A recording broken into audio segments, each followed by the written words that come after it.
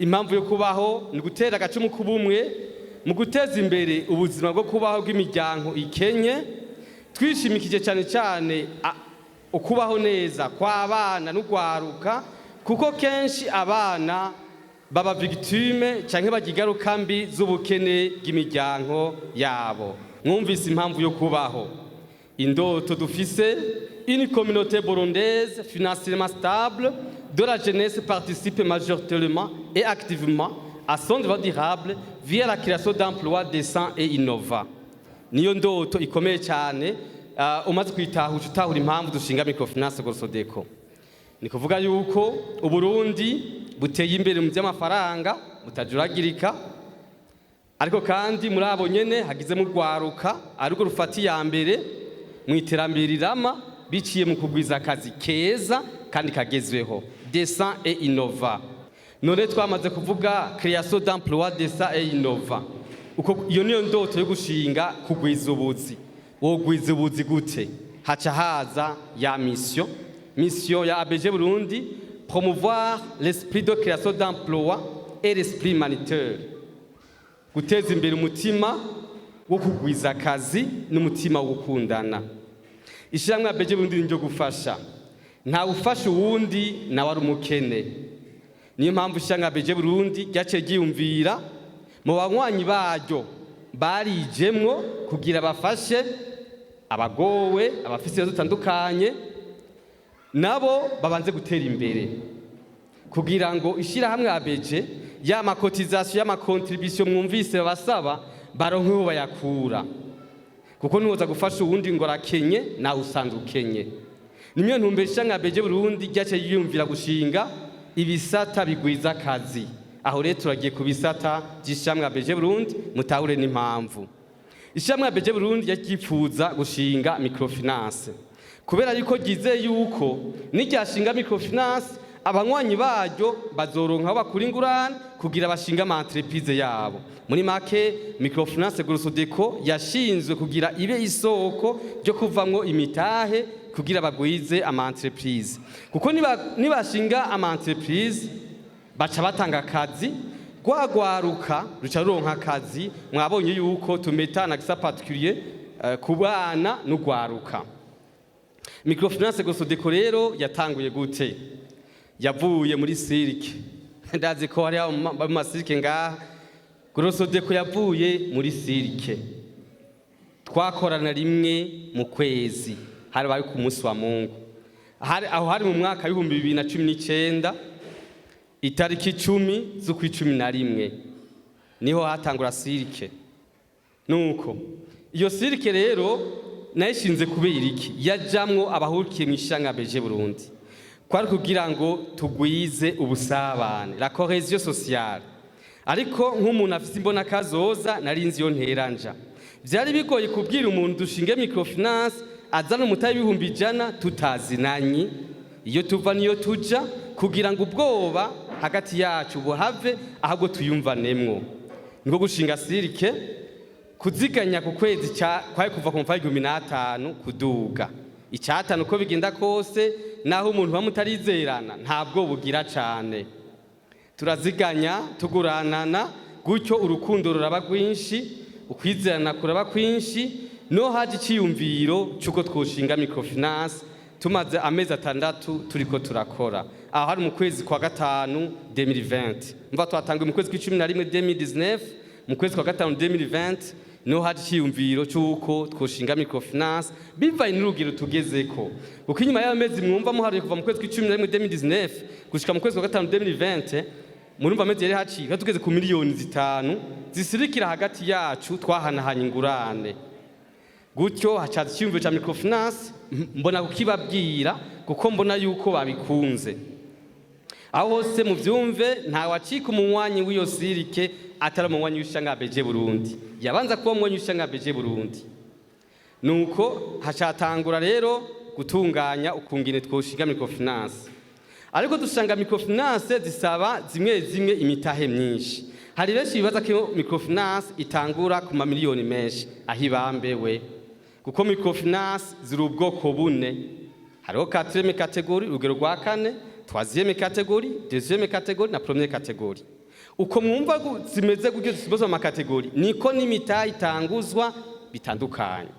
Microfinance y'urwego rwa kane rero ni microfinance ntoyi ibaho iyo mu vyo BRB isaba nta mutahe isaba, il n'y a pas de capital social, kuko BRB canke leta irazi ko abenegihugu benshi bahanahana amafaranga mu kinywabi. Ayo mafaranga aca mu kinywabi hagati yabo BRB ntiyamenya, ugutayamenya hari ingaruka mbi kubizutunzi cyane kubijanye n'agaciro k'idolari. Nuko niko kuyumvira kuzana urundi rugero rwa microfinance atasaba umutahe, kuko abenegihugu benshi kusizemwo umutahe ngo bisaba 200 millions, hariho bo vyogora, kuko kubwira ati egeranya abenegihugu bakwiza miliyoni 200 kugira mushike microfinance ni bake boyaguhereza kubera ubwoba kuko mutamuzinanye. Ariko rero biciye miyo microfinance katreme kategurwe rwa kane bibanza kuba nko kuziganya make make, biratuma mwisanga mwageze ku ya mafaranga asabwa bitabaruhije kandi en même temps n'ubusabane buba bwinshi. Twatanguje imiliyoni 45 hari mu kwezi kw'indwi 2020, twavyumviye mu kwezi kwa gatanu yuko sirike iva ngo microfinance chatata kwegeranya imitahe. Icyo gihe umutahe umwe byari 100,000 kandi benshi bayatanga mu matranche kuko abari bagwiriyemwo rwarugwarukwa barabanyeshure benshi nta buryo bwishe bafise. Byasaba ko dushinga umutahe muto kugira ngo ntagire udukumira, kuko nico gituma muzobona ikivugo cha Microfinance Grosaudeco le leader dans le développement inclusif. Nuko microfinance biratanguye, ariko nitwari bwaronke uruhusha twakorera ku ruhusha bita attestation tangwa mu commune. Niho rero mu nyuma mu kwezi kwa kane 2021 habone kurusha rwa BRB bita attestation d'enregistrement, twayirose mu kwezi kwa kane itariki 19 2021. Nuko microfinance rero ibiravutse yitwa Grosaudeco.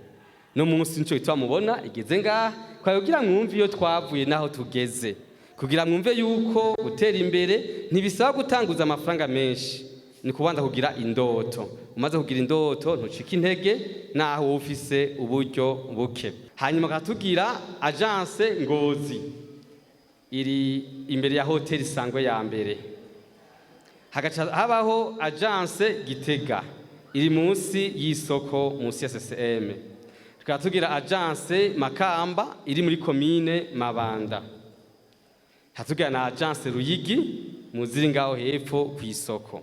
Mu zindi ntara dufiseyo ibyo twita amagishe. Amagishe rero aba ari matoyi kuri agence, ariko iyo zo gishe ziteye imbere nizo zihindukamwo ama agence, hamaze kabyara n'amagishe mato mato. Rero ku magishe hakorerwa ibikorwa byo gushira kuri konti no kukurako, ariko nta ngorane zitangirwayo. Aha ngomba ngaruke gato ku keke ingurane. Murumva ko dutwagwa na BRB. BRB ntigisa ca leta kihari kugira gikingira inyungu za bene igihugu. Abene igihugu makunda kuvuga ko microfinance yugara gahomba n'amabanki, hajya ahombeshwa n'abene igihugu bonyene. Nuko atezwe imbere n'abene igihugu, hari igihe n'abene igihugu bahombesha banke canke microfinance. Vyose bihagaze ku ngurane.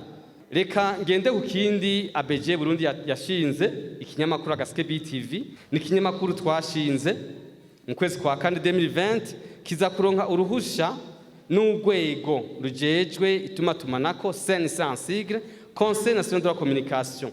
Twarose uruhusha gukora kumesha makuru itariki 15 z'ukwezi kwa gatandatu 2020. Cyo ikinyamakuru cyo n'amategeko ari naco kigiye kuva mu radio yitwa Agaseke FM. Iki kinyamakuru nyene kandi cyashinze kugira ngo gihe ijambo abene igihugu bateye imbere.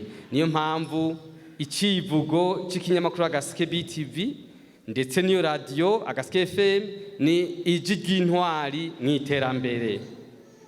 Umuntu wese w'umudandaza, umuntu wese akateza imbere igihugu turamuha ijambo kugira ngo atere intege abandi, hamaca intege abanebwe.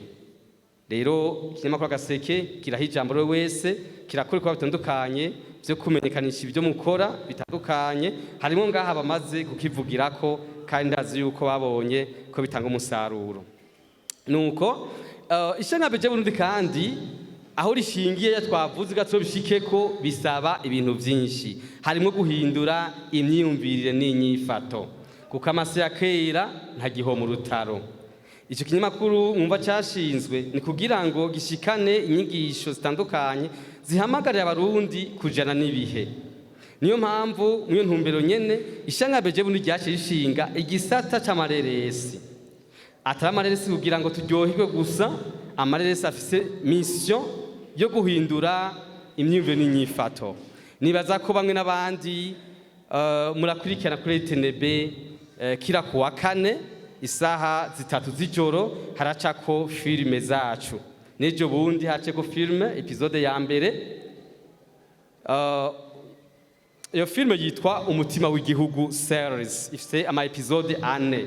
Ayo mafilme nyene dukorera kuvyo leta yaduhaye, dushira mu mafilme kugira ngo vyoroha bene igihugu kubitahura.